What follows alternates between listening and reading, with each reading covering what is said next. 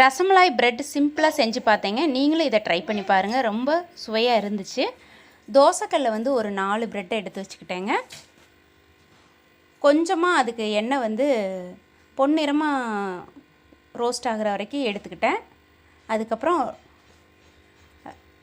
பால்கோவா ரொம்ப சுவையாக இருந்துச்சு. பால்கோவா வந்து அந்த பிரெட்டு மேலே வந்து தடவி விட்டேன்.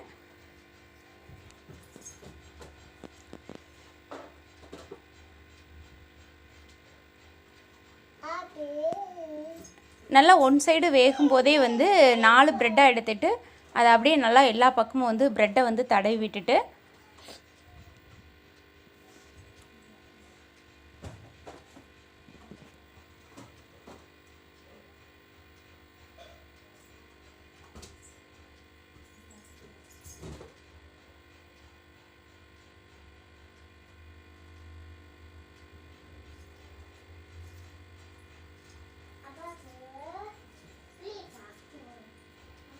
பிரெட் அப்படியே லைட்டாக திருப்பி போட்டுடலாம்.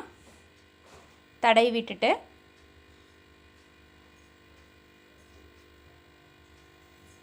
இது போல் ஒரு 4 பிரெட்டை வந்து 2 செட்டாக வந்து நீங்கள் ரெடி பண்ணி எடுத்துக்கோங்க.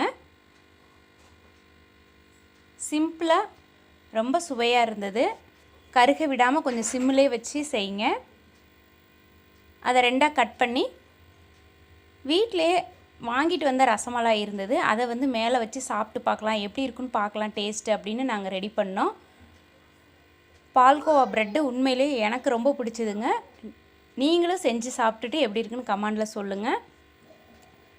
2 ரசமலாய் அதில் எடுத்து வச்சு அதில் இருக்கிற மில்கை வந்து அதில் அப்படியே ஃபுல்லாக பாலை ஊற்றிட்டோங்க. ரொம்ப சாஃப்டாக சுவையாக இருந்தது.